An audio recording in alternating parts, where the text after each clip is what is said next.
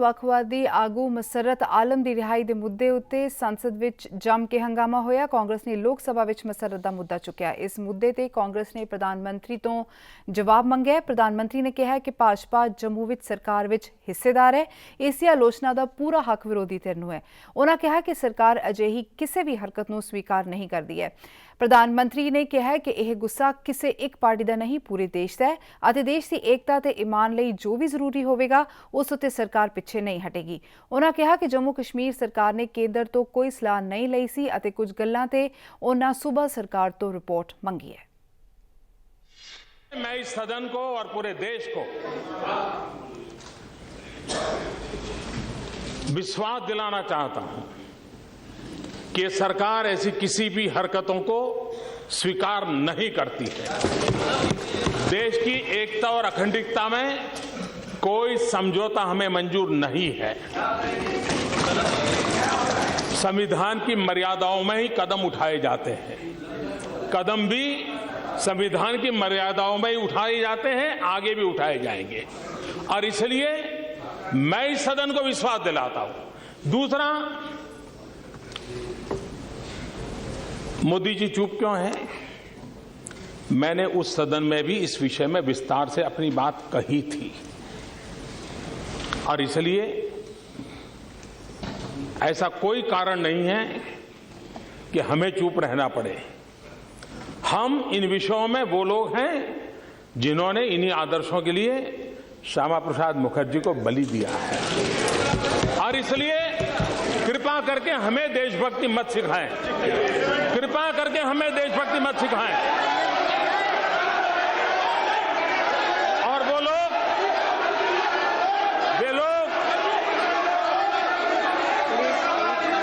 जिन लोगों के साथ, और मैं आपको कहना चाहता हूं, हमने कुछ बातों का क्लैरिफिकेशन मांगा है और जैसे माननीय गृह मंत्री जी ने कहा, वो क्लैरिफिकेशन आने के बाद वह भी सदन को जानकारी दी जाएगी और इसलिए मैं फिर एक बार कहता हूं, यह आक्रोश किसी दल का नहीं है, यह आक्रोश देश का है। यह आक्रोश उस बेंच का और इस बेंच का नहीं है, यह आक्रोश पूरे सदन का है और हम एक स्वर से अलगाववादी ताकतों को, अलगाववाद को समर्थन करने वालों को और कानून का दुरुपयोग करने वालों को हम हमारा आक्रोश अभिव्यक्त करते हैं और आने वाले दिनों में सदन जो एकता और अखंडता के लिए प्रतिबद्ध है, उसके लिए जो भी आवश्यक कदम उठाने होंगे ये सरकार उठाएगी। उधर इस मुद्दे उत्ते गृह मंत्री राजनाथ सिंह ने कहा कि वो सियासत सरकार नहीं देश चलाउण लई करदे ने। मसरत आलम दी रिहाई बारे जिवें ही सरकार नूं जानकारी मिली, सरकार ने तुरंत उस दी रिपोर्ट मंगवाई। रिपोर्ट मुताबक 1995 तो हुण तक उस उत्ते कुल 27 मामले दर्ज ने। उस नूं 2010 विच गिरफ्तार किया गया सी। मैं पूरे सदन को अपनी तरफ से, अपनी सरकार की तरफ से आश्वस्त करना चाहता हूं कि इस देश में पब्लिक सेफ्टी और पब्लिक सिक्योरिटी का जब भी कोई सवाल खड़ा होगा, हमारी सरकार किसी भी सूरत में उससे कंप्रोमाइज नहीं करेगी। नंबर 2, और अध्यक्ष महोदया, मैं यह बात इसलिए कह रहा हूं कि अध्यक्ष महोदया, हम राजनीति करते हैं तो हम राजनीति केवल सरकार बनाने के लिए नहीं करते हैं, हम राजनीति करते हैं तो हम देश बनाने के लिए अध्यक्ष महोदया राजनीति करते हैं। लेकिन जो भी जानकारी Jammu Kashmir state home department के द्वारा प्राप्त हुई है, वह जानकारी पहले मैं इस सदन के सभी सम्मानित सदस्यों के संज्ञान में यहां लाना, इस सदन के संसद सदस्यों से भी अनुरोध करना चाहता हूं कि जो क्लैरिफिकेशन हम लोगों ने सीख किया है, वह क्लैरिफिकेशन प्राप्त हो जाने के बाद यदि आपका आदेश होगा तो फिर से मैं इसकी जानकारी यहां पर दूंगा। और इतना ही नहीं, सदन को यह भी आश्वस्त कर देना चाहता हूं, सेंट्रल गवर्नमेंट के द्वारा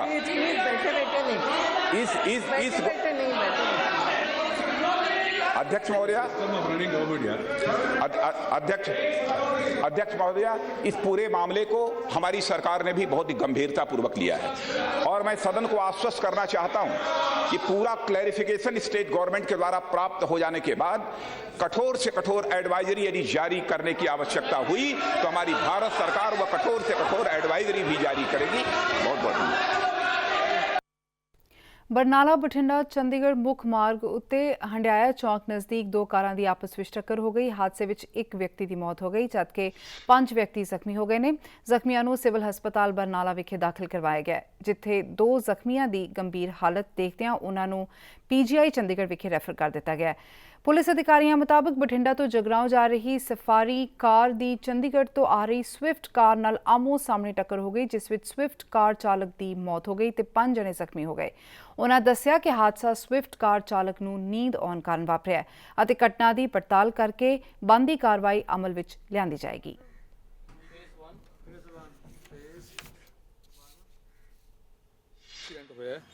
ਜਿਹਦੇ ਵਿੱਚ 5 ਬੰਦੇ ਜ਼ਖਮੀ ਹੋਏ ਨੇ ਜਿਹਦੇ ਵਿੱਚੋਂ ਇੱਕ ਬੰਦੇ ਦੀ ਮੌਤ ਹੋ ਗਈ ਆ ਪ੍ਰਦੀਪ ਸਚਦੇਵਾ ਮੁੰਡਾ ਐਕਸੀਡੈਂਟ ਚੰਡੀਗੜ੍ਹ ਤੋਂ ਹਾਦਸਾ ਮੌਕੇ ਦੇ ਉੱਤੇ ਜਾ ਕੇ ਪਤਾ ਲੱਗਿਆ ਸੀ ਵੀ ਇਹ ਆਮੋ ਸਾਹਮਣੇ ਗੱਡੀਆਂ ਭਿੜੀਆਂ ਇਹਨਾਂ ਦੀਆਂ ਗੱਡੀ ਗਾਂਹ ਵਾਲੀ ਗਲਤ ਆ ਰਹੀ ਸੀਗੀ ਅੱਗੇ ਟੇਢੀ ਨੂੰ ਸਾਡੇ ਵੱਲ ਨੂੰ ਜਿਵੇਂ ਬ੍ਰੇਕ ਲਾਈ ਹੁੰਦੀ ਆ ਕਿਸ ਦੀ ਸਾਡੇ ਵੱਲੋਂ ਤਾਂ ਨਹੀਂ ਅਸੀਂ ਤਾਂ 1.5-2 ਘੰਟੇ ਪਹਿਲਾਂ ਸੋ ਕੇ ਆਏ ਆ ਢਾਬੇ ਤੇ ਰੋਕ ਕੇ ਗੱਡੀ। मोहाली विच लुटेरिया ने एक वड्डी वारदात नूं अंजाम दिंदे होए बैंक की कैश वैन चों 1.5 करोड़ रुपया लुट लिया अते फरार हो गए। जानकारी मुताबिक मोहाली नेड़े एक पिंड विच जदों एक बैंक की कैश वैन ATM विच कैश लोड करन लई निकली तां रस्ते विच ही कार सवार अणपछाते नौजवानां ने गड्डी रुकवा लई। ਇਹ ਸਾਰੇ ਵਿਅਕਤੀ ਹਥਿਆਰਾਂ ਨਾਲ ਲੈਸ ਸਨ। ਉਹਨਾਂ ਨੇ ਵੈਨ ਦੇ ਗਾਰਡਾਂ ਨਾਲ ਕੁੱਟਮਾਰ ਕੀਤੀ। ਇਸ ਤੋਂ ਬਾਅਦ ਲੁਟੇਰੇ ਵੈਨ ਚੋਂ ਕਰੀਬ 1.5 ਕਰੋੜ रुपए की नकदी लैके फरार हो गए। मौके पर पहुंची पुलिस ने अणपछाते दोषियों खिलाफ मामला दर्ज करके उन्हां दी भाल शुरू कर दी है। मेरे बट मारिया जी। ਉਹਨਾਂ ਕੋਲ ਕਿਹੜੇ ਹਥਿਆਰ ਸੀਗੇ? ਛੋਟੀਆਂ ਗੰਨਾਂ ਸੀਗੀਆਂ ਜੀ ਉਹਨਾਂ ਕੋਲ ਔਰ ਰਾੜਾਂ ਸੀਗੀਆਂ ਉਹਨਾਂ ਦੇ ਕੋਲ ਤੇ ਮਿਰਚਾਂ ਮੁਰਚਾਂ ਵੀ ਤੁਹਾਡੇ ਕੋਲ ਪਾਈਆਂ? ਹਾਂਜੀ ਔਰ ਸਾਡੇ ਉੱਪਰ ਨਹੀਂ ਗਿਰੀਆਂ ਹੈਗੀਆਂ ਪਰ ਆਹੀਂ ਪਿੱਛੇ ਹੀ ਗਿਰੀਆਂ ਨੇ।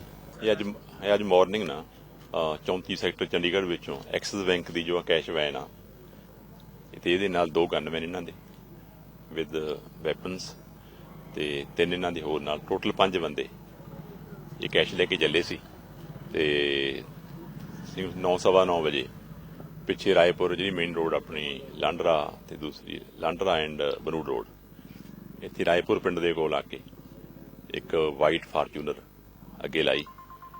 ਪਹਿਲਾਂ ਉਹਨਾਂ ਨੇ ਕੁਝ ਕੁਹਾੜੇ ਵਗੈਰਾ ਮਾਰੇ ਵੈਨ ਦੇ ਤੇ ਬਾਅਦ ਦੇ ਵਿੱਚ ਇਹ ਖੜਾ ਕੇ ਇਹਨਾਂ ਤੋਂ ਪਿਸਟਲ ਪੁਆਇੰਟ ਤੇ ਇਹ ਵੱਡੀ ਗੱਡੀ ਸਨੈਚ ਕਰ ਲਈ। ਇਸ ਦੇ ਵਿੱਚ ਕੈਸ਼ ਸੀ ਤੇ ਇਸ ਦੇ ਵਿੱਚ ਜੋ ਕੈਸ਼ ਸੀ 1 ਕਰੋੜ 34 ਲੱਖ ਰੁਪਏ ਉਹ ਟਰੰਕਾਂ ਦੇ ਵਿੱਚ ਪਾਇਆ ਸੀ, ਲੌਕਰ ਸੀ, ਉਹ ਲੈ ਕੇ ਚਲੇ ਗਏ।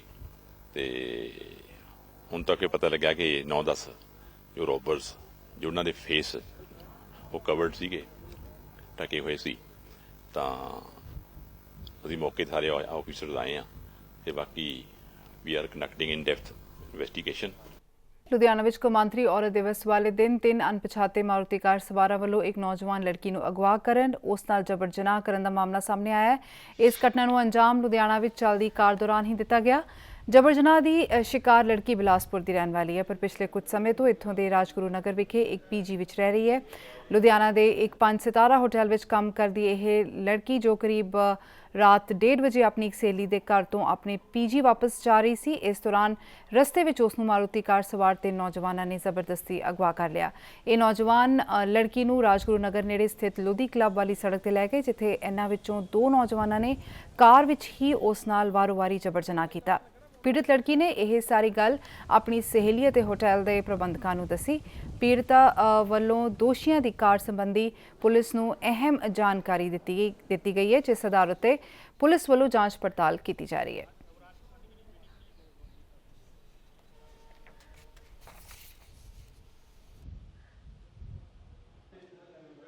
ये रात एक इंसिडेंट के बारे में पता चला था, हमने FIR दर्ज कर ली है।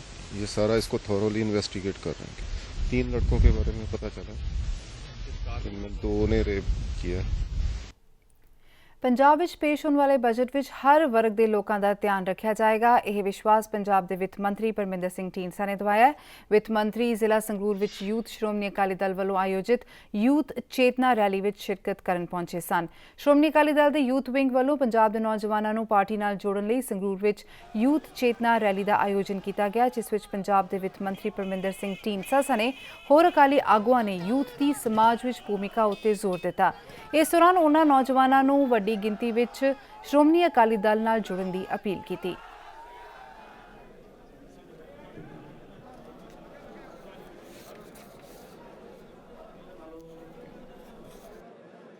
ਤਸਵੀਰਾਂ ਦਾ ਤਾਂ ਮੈਂ ਵਰਣਨ ਨਹੀਂ ਕਰ ਸਕਦਾ ਕਿਉਂਕਿ ਉਹਦੀ ਇੱਕ ਬੜੀ ਸੈਂਕਟਿਟੀ ਹੈ, ਪਰ ਇਹ ਕਹਿ ਸਕਦੇ ਹਾਂ ਵੀ ਪੰਜਾਬ ਦੇ ਹਰ ਵਰਗ ਨੂੰ ਧਿਆਨ ਵਿੱਚ ਰੱਖ ਕੇ ਬਜਟ ਜਿਹੜਾ ਬਣਾਇਆ ਜਾਏਗਾ, ਭਾਵੇਂ ਉਹ ਕਿਸਾਨੀ ਹੈ, ਭਾਵੇਂ ਇੰਡਸਟਰੀ ਹੈ, ਐਜੂਕੇਸ਼ਨ ਸੈਕਟਰ ਹੈ, ਹੈਲਥ ਸੈਕਟਰ ਹੈ, ਜਿਹੜੇ ਵੀ ਇਹ ਅਹਿਮ ਸੈਕਟਰ ਨੇ ਸਭ ਨੂੰ ਅਸੀਂ ਉਨੀ ਹੀ ਅਹਿਮੀਅਤ ਹੈ, ਅਸੀਂ ਦੁਆਰੇ ਉਸ ਲਈ ਸੋਚ ਕੇ ਯਤਨ ਕਰਾਂਗੇ।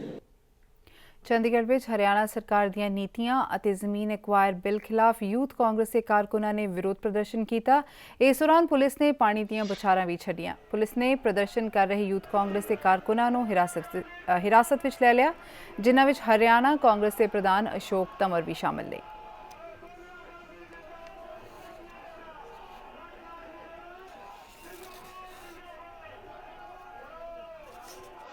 भूमि अधिकार अध्यादेश काला कानून, इसकी जब तक वापसी नहीं होगी ये संघर्ष जारी रहेगा। जन विरोधी नीतियां जब तक भारतीय जनता पार्टी की लागू रहेगी ये हमारा आंदोलन जारी रहेगा। आज विधानसभा स्तर पे है, आगे ये जिला हेडक्वार्टर पर, ये ब्लॉक हेडक्वार्टर, गांव-गांव पर किसान, मजदूर, कर्मचारी, व्यापारी, महिलाएं, नौजवान सबकी जो आवाज है और जो खट्टर सरकार की नाकामयाबी है और केंद्र सरकार की जो नाकामयाबी है उसको उजागर करने का काम कांग्रेस पार्टी करेगी। स्वामीनाथन रिपोर्ट लागू करेगी, काला धन वापस लेकर के आने की हमारी डिमांड है। और मैं समझता हूं कि हमारे साथियों ने आज पूरे हिंदुस्तान और हरियाणा के साथियों ने साबित कर दिया। भूमि अधिग्रहण को लेकर प्रोटेस्ट कर रहे कांग्रेस के कार्यकर्ताओं को पुलिस ने गिरफ्तार कर लिया है, जिसमें कांग्रेस अध्यक्ष जो है अशोक तंवर जो है वो भी मौजूद है और कई दिग्गज नेता जो है यहाँ पर प्रोटेस्ट कर रहे थे। चंडीगढ़ पुलिस ने उनको रोकने की कोशिश की, विधानसभा को घेरने की तैयारी में थे और उनका साफ तौर पे कहना था कि भूमि अधिग्रहण को लेकर जिस तरह से भाजपा सरकार यहाँ बिल लेकर आई है उसका वो विरोध कर रहे थे और काला कानून वापस लो के नारे लगा रहे थे। यहाँ पर जो चंडीगढ़ पुलिस ने यहाँ पर उनको रोका है, यहाँ पर पानी की बौछारें भी की गई हैं और जिस तरह से आप देख रहे हैं कि यहाँ पे कांग्रेस कार्यकर्ताओं को यहाँ पर गिरफ्तार कर लिया गया है, जिसमें अशोक तंवर भी शामिल है और जितने भी कांग्रेस कार्यकर्ता यहाँ पर हैं, चंडीगढ़ पुलिस ने उनको गिरफ्तार कर लिया है। काफ़ी देर से यहाँ पर चंडीगढ़ पुलिस और कांग्रेस कर्ताओं के बीच जो है यहाँ पर हाथापाई चल रही थी, तो आखिर में चंडीगढ़ पुलिस ने जो है यहाँ पर इनको गिरफ्तार कर लिया है। काफ़ी संख्या में यहाँ पे कांग्रेस के कार्यकर्ता जो है वो पहुँचे हुए हैं। उनका साफ तौर पे कहना है कि वे विधानसभा का घेराव करेंगे, हालांकि पुलिस ने जो है उनको आगे नहीं आने दिया और उनका साफ तौर पे कहना है कि विधानसभा सत्र जब तक चलेगा वो भाजपा का जो है ऐसे ही विरोध करते रहेंगे।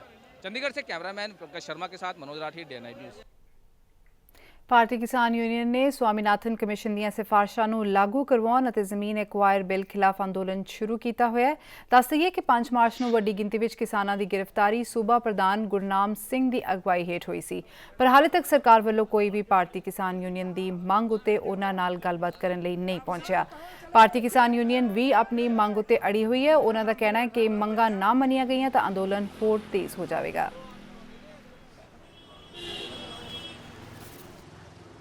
ये हमारा जो स्वामीनाथन आयोग और भूमि अधिग्रहण के बिल पे था, तो ये 5 तारीख को हमने एक बहुत बड़ा वहाँ पंचायत की थी और उस दिन भी हमारी गिरफ्तारियाँ दी थी 2500 आदमियों की, लेकिन जो सरकार ने हमारे साथ काफ़ी धोखाधड़ी करके सिर्फ 608 आदमी को रखा और बाकियों को छोड़ दिया।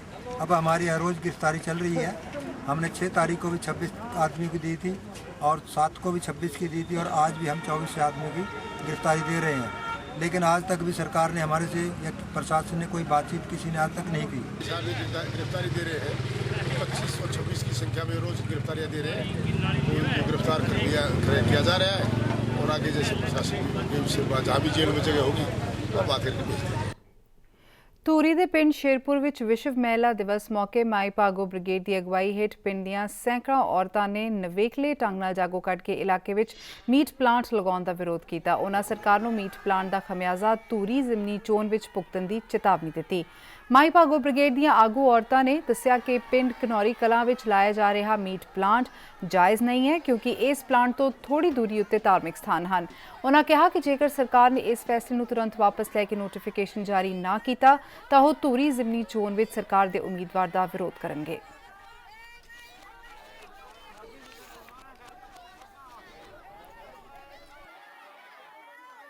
ਦਿਵਸ ਦੇ ਮੌਕੇ ਤੇ ਅੱਜ ਮਾਤਾਵਾਂ ਨੇ ਰੱਖਿਆ ਪ੍ਰੋਗਰਾਮ ਜੀ। ਇਹ ਬੁੱਚੜਖਾਨੇ ਦੇ ਵਿਰੋਧ ਚ ਮਤਲਬ ਇਹਦਾ ਵਿਰੋਧ ਕਰ ਰਹੀਆਂ ਨੇ। ਇਹਨੂੰ ਅਸੀਂ ਲੜੀਦਾਰ ਜਾਰੀ ਰੱਖਾਂਗੇ ਤੇ ਕੱਲ ਤੋਂ ਅਸੀਂ ਆਪ ਵੀ ਮਾਰਚ ਕਰਨਾ। ਸਾਰੇ ਮਰਦਾਂ ਨੇ ਇਕੱਠੇ ਹੋ ਕੇ ਸਾਰੇ ਵਿਧਾਨ ਸਭਾ ਏਰੀਆ ਦੇ ਵਿੱਚ ਜਾਵਾਂਗੇ ਤੇ ਅਸੀਂ ਇਸ ਗੱਲ ਦਾ ਵਿਰੋਧ ਕਰਾਂਗੇ ਜਿੰਨਾ ਚਿਰ ਸਾਨੂੰ ਇਸ ਗੱਲ ਤੇ ਇਨਸਾਫ ਨਹੀਂ ਮਿਲਦਾ। ਬਣ ਕੇ ਬੇਨਤੀ ਵੀ ਅੱਜ ਮਹਿਲਾ ਦਿਵਸ ਹੈ। ਇਹ ਮਹਿਲਾ ਦਿਵਸ ਹੈਗਾ ਮਹਿਲਾ ਦੇ ਉਸ ਵਾਸਤੇ ਸੰਘਰਸ਼ ਵਾਸਤੇ ਖੁਸ਼ੀ ਵਾਸਤੇ। ਅੱਜ ਅਸੀਂ ਬੜੀ ਨਾਰਾਜ਼ਗੀ ਪ੍ਰਗਟ ਕਰ ਰਹੇ ਹਾਂ। ਨਾਰਾਜ਼ਗੀ ਪ੍ਰਗਟ ਕਰ ਰਹੇ ਹਾਂ ਉਹ ਵੀ ਅਸੀਂ ਇੱਕ ਔਰਤ ਤੇ। ਇਹ ਜੀ ਸਾਡਾ ਅੱਜ ਔਰਤਾਂ ਦਾ ਦਿਨ ਹੈ। ਇਹ ਅਸੀਂ ਆਪਦਾ ਰੋਸ ਦੇ ਵਿੱਚ ਬਾਦਲ ਦੇ ਰੋਸ ਦੇ ਵਿੱਚ ਮਨਾ ਰਹੇ ਹਾਂ। ਸਾਡੇ ਨਗਰ ਦੇ ਵਿੱਚ ਬੁੱਚੜਖਾਨਾ ਲਾ ਰਿਹਾ। ਇਹ ਸਾਨੂੰ ਗਹਿਰਾ ਰੋਸ ਹੈ। ਇਹ ਮੇਰੀ ਫੌਜ ਹੈ ਬਗਰੇਟ। ਅਸੀਂ ਆਪਦਾ ਇਹ ਗਹਿਰਾ ਦੁੱਖ ਅੱਜ ਸਾਡਾ ਉਹ ਸਾਗਨਾ ਦਾ ਦਿਨ ਸੀ। ਅੱਜ ਅਸੀਂ ਬਾਦਲ ਦੇ ਮਹਿਸੂਸ ਮਨਾ ਰਹੇ ਹਾਂ। ਸਾਡਾ ਬੁੱਚੜਖਾਨਾ ਚੱਕ ਦੇ, ਸਾਡੇ ਬੁੱਚੜਖਾਨੇ ਚੱਕ ਦੇ। ਅਸੀਂ ਸਰਕਾਰ ਦੇ ਉਵੇਂ ਜਿਵੇਂ ਕੁਰਸੀ ਦੇਣ ਜਿਵੇਂ ਜਾਣਦੇ ਆ, ਵੋਟਾਂ ਪਾ ਕੇ ਉਵੇਂ ਜਿਵੇਂ ਅਸੀਂ ਟੋਟਣੀ ਘਸਾਉਣ ਵੀ ਜਾਣਦੇ ਆ। ਲੁਧਿਆਣਾ ਦੇ ਸ਼ੇਰਪੁਰ ਸਥਿਤ ਸ਼੍ਰੀ ਯਾਨਸ ਫੈਬਰਿਕ ਨਾਮ ਦੀ ਇੱਕ ਫੈਕਟਰੀ ਵਿੱਚ ਅਚਾਨਕ ਅੱਗ ਲੱਗ ਗਈ। ਦੇਖਦੇ ਅੱਗ ਨੇ 2 ਮੰਜ਼ਿਲਾ ਇਮਾਰਤ ਨੂੰ ਆਪਣੀ ਲਪੇਟ ਵਿੱਚ ਲੈ ਲਿਆ। ਜਾਣਕਾਰੀ ਮੁਤਾਬਕ ਅੱਗ ਲੱਗਣ ਨਾਲ ਕਰੋੜਾਂ ਰੁਪਏ ਦਾ ਕੱਪੜਾ ਸੜ ਕੇ ਸੁਆਹ ਹੋ ਗਿਆ। ਫਾਇਰ ਬ੍ਰਿਗੇਡ ਦੀਆਂ 60 ਗੱਡੀਆਂ ਨੂੰ ਅੱਗ ਬੁਝਾਉਣ ਲਈ ਕਰੀਬ 7 ਘੰਟੇ ਮਸ਼ੱਕਤ ਕਰਨੀ ਪਈ।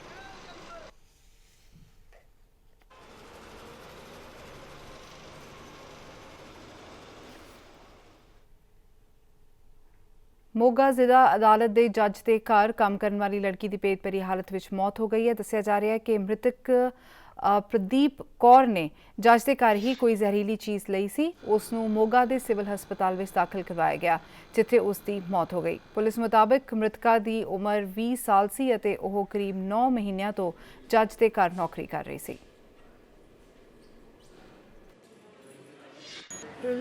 ਆਪਣਾ ਜੱਜ ਸਾਹਿਬ ਦੇ ਸੀਜੀਐਮ ਪੂਜਾ ਸਾਨੂੰ ਕਿਹੜਾ ਹੈਗੇ ਉਹ ਜੀ ਉੱਥੇ ਘਰੇ ਕੰਮ ਕਰਦੇ ਸੀ ਤੇ ਦੌਰਾ ਪੈ ਗਿਆ ਤੇ ਡਿੱਗ ਪਈ।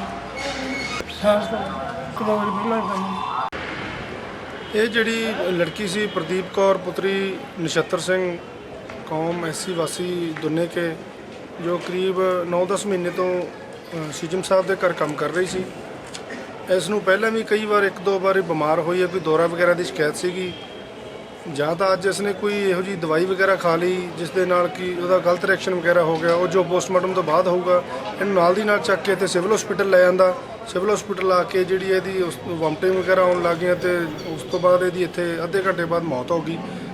ਗੁਰਸ਼ਰਨ ਸਿੰਘ ਲੋਕ ਕਲਾ ਸਲਾਮ ਕਾਫਲਾ ਵੱਲੋਂ ਉੱਗੇ ਨਾਟਕਕਾਰ ਅਤੇ ਸ਼੍ਰੋਮਣੀ ਸਾਹਿਤਕਾਰ ਪ੍ਰੋਫੈਸਰ ਅਜਮੇਰ ਸਿੰਘ ਔਲਖ ਦਾ ਸੂਬਾ ਪੱਧਰੀ ਸਨਮਾਨ ਸਮਾਰੋਹ ਬਰਨਾਲਾ ਵਿਖੇ ਕਰਵਾਇਆ ਗਿਆ ਜਿਸ ਵਿੱਚ ਕਲਾ ਪ੍ਰੇਮੀਆਂ ਦੀ ਵੱਡੀ ਗਿਣਤੀ ਤੋਂ ਇਲਾਵਾ ਉੱਗੇ ਸਾਹਿਤਕਾਰਾਂ ਨੇ ਵੀ ਆਪਣੀ ਹਾਜ਼ਰੀ ਲਗਵਾਈ।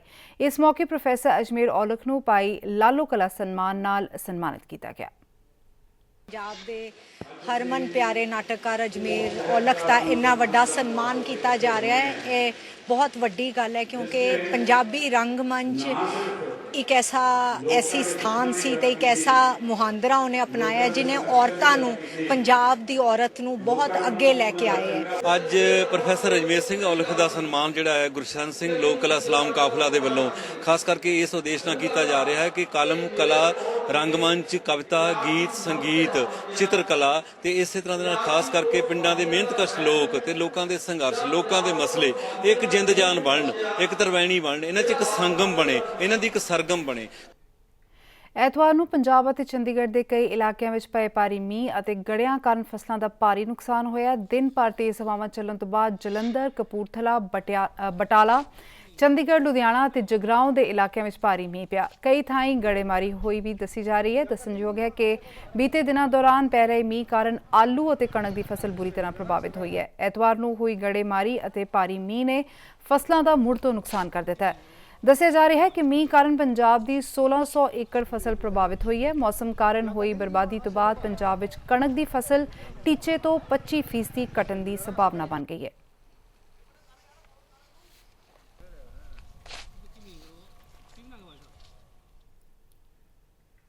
ਪੰਜਾਬ ਦੇ ਮੁੱਖ ਮੰਤਰੀ ਪ੍ਰਕਾਸ਼ ਸਿੰਘ ਬਾਦਲ ਨੇ ਬੇਮੌਸਮੇ ਮੀਂਹ ਕਾਰਨ ਕਣਕ ਤੇ ਹਾੜੀ ਦੀਆਂ ਹੋਰ ਫਸਲਾਂ ਦੇ ਨੁਕਸਾਨ ਲਈ ਕੇਂਦਰ ਸਰਕਾਰ ਤੋਂ 700 ਕਰੋੜ ਰੁਪਏ ਮੁਆਵਜ਼ੇ ਦੀ ਮੰਗ ਕੀਤੀ ਹੈ। ਮੁੱਖ ਮੰਤਰੀ ਨੇ ਕਿਸਾਨਾਂ ਨੂੰ ਪ੍ਰਤੀ ਏਕੜ 10,000 ਰੁਪਏ ਮੁਆਵਜ਼ਾ ਦੇਣ ਦੀ ਵੀ ਮੰਗ ਕੀਤੀ ਹੈ।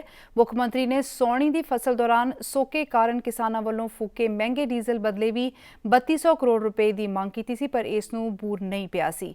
ਬਾਦਲ ਨੇ ਮੀਂਹ ਤੇ ਝੱਖੜ ਕਾਰਨ ਫਸਲਾਂ ਦੇ ਹੋਏ ਭਾਰੀ ਨੁਕਸਾਨ ਲਈ ਪੀੜਤ ਕਿਸਾਨਾਂ ਨੂੰ ਪ੍ਰਤੀ ਏਕੜ 10,000 ਰੁਪਏ ਮੁਆਵਜ਼ਾ ਦੇਣ ਲਈ ਨਿਯਮਾਂ ਵਿੱਚ ਸੋਧ ਕਰਨ ਵਾਸਤੇ ਪ੍ਰਧਾਨ ਮੰਤਰੀ ਨਰਿੰਦਰ ਮੋਦੀ ਦੇ ਨਿੱਜੀ ਦਖਲ ਦੀ ਮੰਗ ਕੀਤੀ ਹੈ। ਉਨ੍ਹਾਂ ਕਿਹਾ ਕਿ ਪੰਜਾਬ ਅਤੇ ਗੁਆਂਢੀ ਰਾਜਾਂ ਵਿੱਚ ਪਿਛਲੇ ਕੁਝ ਦਿਨਾਂ ਦੌਰਾਨ ਭਾਰੀ ਮੀਂਹ ਪਿਆ ਹੈ। 1 ਅਤੇ 2 ਮਾਰਚ ਨੂੰ ਔਸਤਨ ਤਕਰੀਬਨ 42 ਮਿਲੀਮੀਟਰ ਮੀਂਹ ਪਿਆ। ਉਨ੍ਹਾਂ ਕਿਹਾ ਕਿ ਕਿਸਾਨਾਂ ਨੂੰ ਢੁਕਵਾਂ ਮੁਆਵਜ਼ਾ ਦੇਣ ਲਈ ਮੌਜੂਦਾ ਨਿਯਮ ਸੋਧਣ ਦੀ ਜ਼ਰੂਰਤ ਹੈ।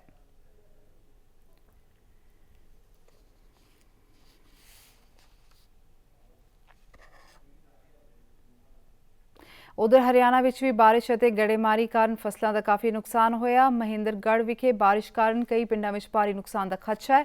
ਕਿਸਾਨਾਂ ਵੱਲੋਂ ਬੀਜੀ ਗਈ ਸਰੋਂ ਤੇ ਕਣਕ ਦੀ ਫਸਲ ਖੇਤਾਂ ਵਿੱਚ ਲਹਿਰਾ ਰਹੀ ਸੀ। ਕਿਸਾਨਾਂ ਨੂੰ ਇਸ ਵਾਰ ਚੰਗੇ ਝਾੜ ਦੀ ਉਮੀਦ ਸੀ, ਪਰ ਖਰਾਬ ਮੌਸਮ ਨੇ ਕਿਸਾਨਾਂ ਦੇ ਸੁਪਨਿਆਂ ਤੇ ਪਾਣੀ ਫੇਰ ਦਿੱਤਾ ਹੈ, ਜਿਸ ਨੂੰ ਲੈ ਕੇ ਕਿਸਾਨਾਂ ਨੇ ਸਰਕਾਰ ਤੋਂ ਮੁਆਵਜ਼ੇ ਦੀ ਮੰਗ ਕੀਤੀ ਹੈ।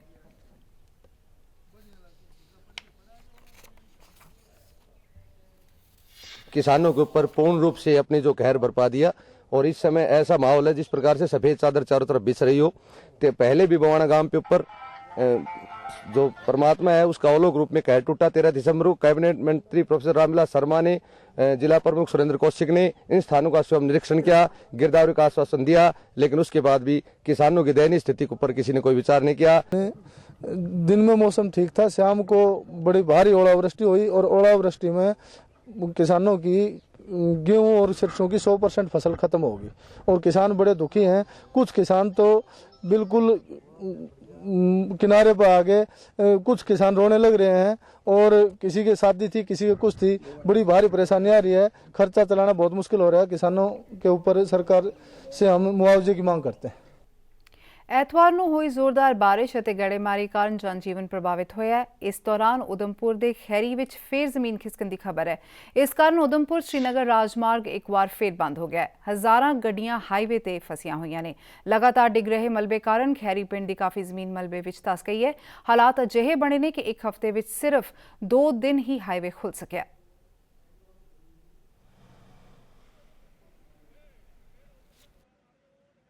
रात के 1:30 बजे से यहाँ हम बारात में गए थे और रात के 1:30 बजे से यहाँ खड़े हैं। आप देख रहे हैं कि यहाँ बीकन के जो लोग ये काम कर रहे हैं, दिन रात काम कर रहे हैं, लेकिन ये एडमिनिस्ट्रेशन आपकी कोई चीज़ ही नहीं है। इधर कोई इंतजाम नहीं है गवर्नमेंट की, मगर ये तो बीकन वाला अच्छी तरह काम कर रहे हैं। इधर बाकी 10 दिन हो गए यहाँ से भूखे हैं, ड्राइवरों को पैसा भी खत्म हो गया, सब चीज़ खत्म हो गया, कोई इंतजाम नहीं है। रात को जो बारिश हुई है उससे खैरी लैंडस्लाइड जो पहले से आपको पता है, ये 1 तारीख को रात को हुआ था ये पहले, अब वो पहाड़ी धीरे धीरे चल रही है। तो रात को एक बहुत बड़ा पत्थर आने से रोड जो है वो टूट गया। रोड दूसरी तरफ से रोड टूट के तो 3-4 फुट और रोड नीचे बह गया। आर्मी और बीकन की दोनों एजेंसीज की मशीनें चल रही हैं। अगर बारिश और नहीं आती है तो 6 बजे तक एटलीस्ट सिंगल गाड़ी निकालने के काबिल बन पाए हुआ है। पंजाबी खबरों विच फिलहाल इन्ना ही। सानू दिओ इजाजत। धन्नवाद। खबरां दी दुनिया विच आओ, साडे नाल कदे भी किते भी जुड़ो। आपां मिलांगे फेसबुक ते, असीं दिखांगे यूट्यूब ते, सानू फॉलो करो ट्विटर ते। खबरां नाल जुड़े रहो दिन रात।